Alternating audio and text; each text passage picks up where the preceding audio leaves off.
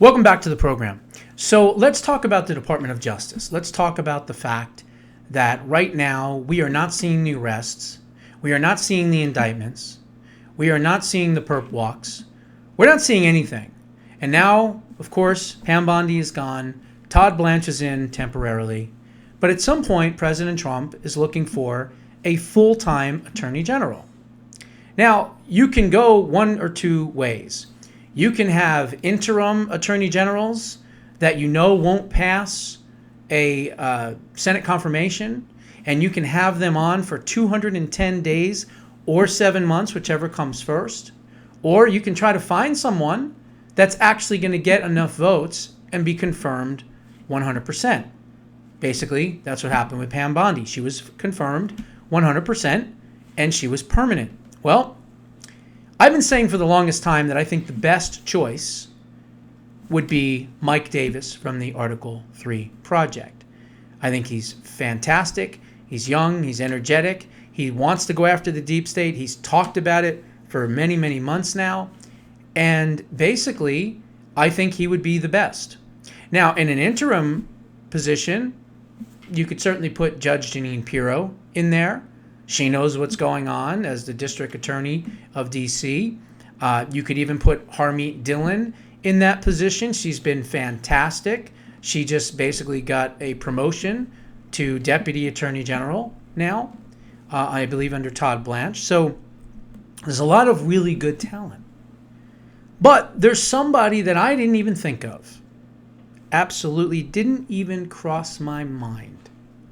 But now it makes a lot of sense, because this person, this one individual, has known President Trump longer than anyone, ever since they were both 12 years old in military school together. His name? Peter Tickton. And this is an article that he put out. He basically said himself, I'm throwing in my hat to be the next Attorney General. I know President Trump better than anyone. I've grown up with him. I've known him my entire life. He trusts me. I trust him. I don't like what happened to him, and I want to fix it. Sounds good to me. Listen to this. Exclusive. Esteemed attorney Peter Tickton has thrown his hat in the ring to become the next Attorney General of the United States. Here is his agenda and what he would do. Now, one of the first things that I said in the beginning of this term was, whoever the Department of Justice picks as the Attorney General, we need what? We need to hire hundreds, thousands and thousands and thousands of MAGA lawyers and assign each one a team. You're working on the auto pen. You're working on the criminal conspiracy. You're working on 2020. You're working on 2022. You're working on even 2024. You're working on J6. You're working on, this one and that one and all these different scandals and all these different problems, right? That was never done. That was never done. As a matter of fact, they shut down Ed Martin and the weaponization department. That's how crazy things are in D.C. Well, here's what Peter Tickton would like to do if and when he was the Attorney General. When I'm appointed as the next AG, I will immediately form different working groups, just like Josh Bernstein told me. I'm kidding, but, to do the following on a very short leash. Number 1, election interference.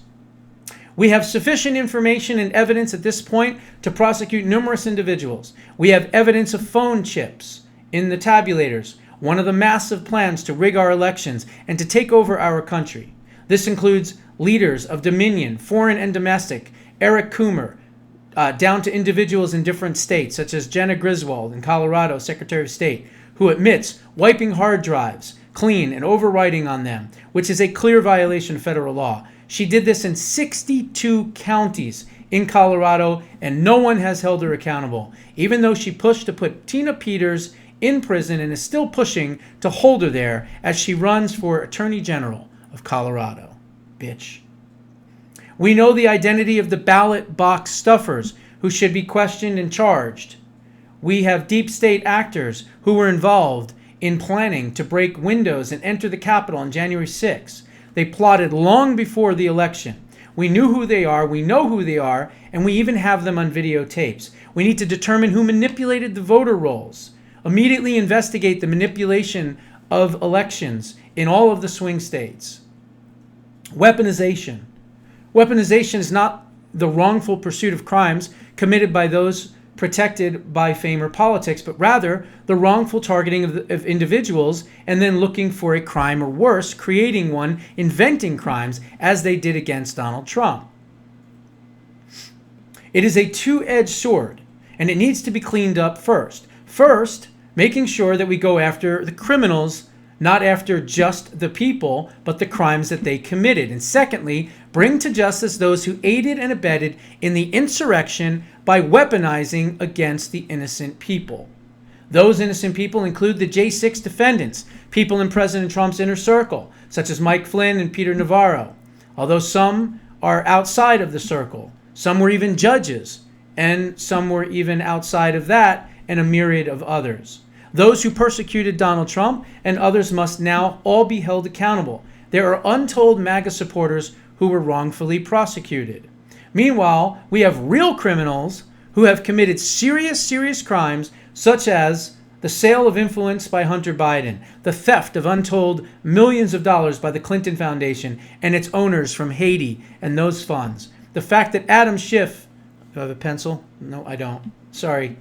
And Letitia James are not being charged for their mortgage crimes is disturbing at best. The next AG must move promptly to do the following. Restart the weaponization department and put Ed Martin back in control of it. Clear victims of targeting carefully by dismissing cases that are not real cases and recommending pardons for people that were victimized by the weaponized government. We also need to make sure that parents who attended and complained to Board of Education meetings are exonerated.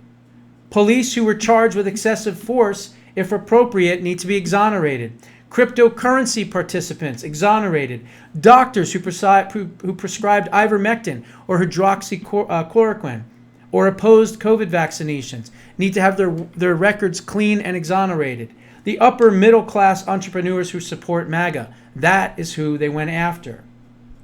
Determine who remains in the Department of Justice, who pursued cases to put innocent Americans in prison, find them, isolate them, and indict them. This is what he's saying.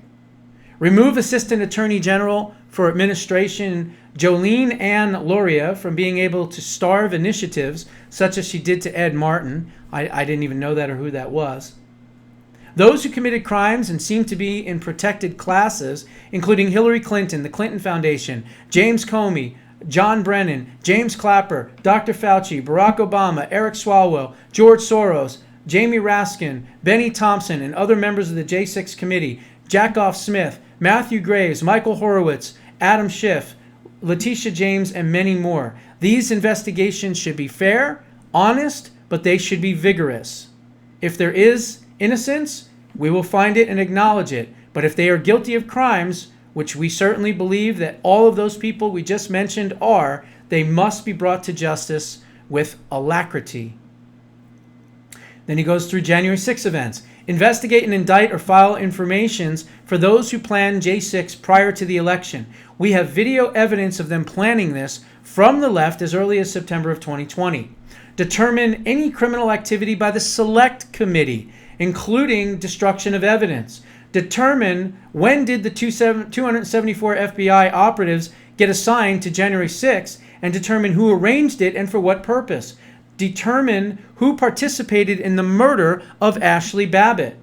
Determine who participated in the homicidal beating death of Roseanne Boylan. Determine who started to fire percussion grenades onto the peaceful crowd on January 6th. And determine who committed perjury in the courts to wrongfully convict the J6 defendants. We need to set up a January 6th Victims Compensation Fund.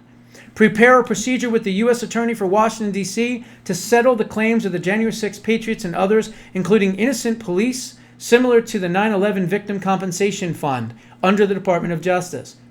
Find means of educating the public of the harm done to the innocent individuals who came to protest. Expand and review all pardons which were rejected in the administration to see who else requires a pardon. This requires a great number of pardons being granted, as the weaponization under Garland was absolutely massive. COVID-19. Determine who conducted criminal activity domestically and internationally as to COVID-19 and hold them accountable. Who was responsible for creating the virus itself? Who did what, including Fauci? Who was responsible for denigrating ivermectin and hydroxychloroquine, and for what purpose? Well, we know what the purpose was. That's simple enough. What are the actual effects of the COVID-19 vaccination? Was there fraud? Is anyone criminally responsible for the deaths in nursing homes and otherwise? The Department of Justice and its 40 different agencies are most probably too large. With the decriminalization of marijuana and other drugs, which could have been as high as 25% of the prosecutions, which are now gone, there are simply not enough bank robberies to go around, is what he says. As such, where some tolerance was accepted for minor transgressions, now there are police and prosecutors who need to rationalize their existence by pursuing minor offenses with a pretense that they are indeed major crimes.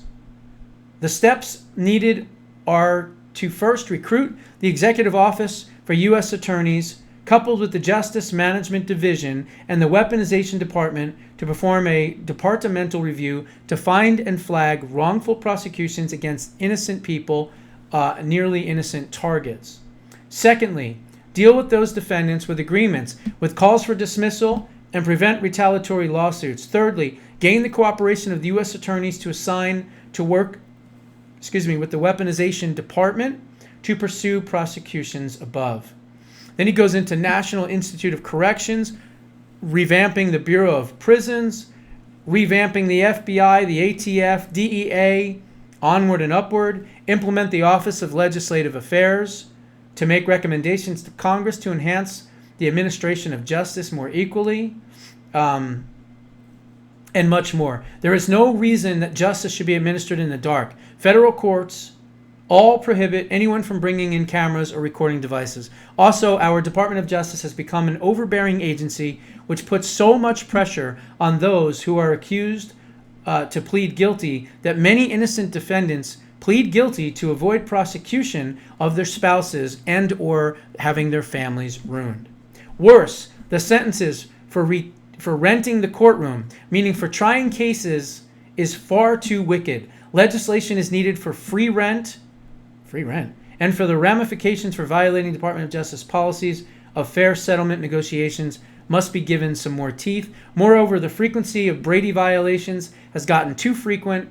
Procedures must be put in place to rectify the wrongful practices of police and prosecution personnel. If we're ever going to have a true two-tier justice system, I'm the one that will bring it. Peter Tickton.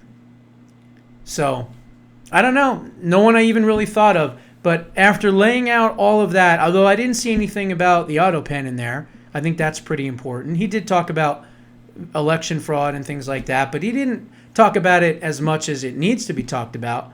But who knows? Maybe Trump will pull a surprise and put his, 84? 84-year-old best friend that they've known, I think, since they were 12 years old as the Attorney General. Maybe he'd pass, maybe he wouldn't. Doesn't matter. Remember, in 1998, the Senate passed the ability to put anyone. You could put Mickey Mouse, Donald Duck, or Goofy in for 210 days and 7 months. And you don't need approval from Congress. So, hey, if we get the right people in, they don't have to be permanent. There's a lot that can be done with the right person for 7 months at a time. And think about how many interim, excellent minds, legal minds, that we could have. We don't need a permanent attorney general. You can have one for 7 months. If he's not doing a good job, you find someone else, you put another one in there. We have until 2028, folks.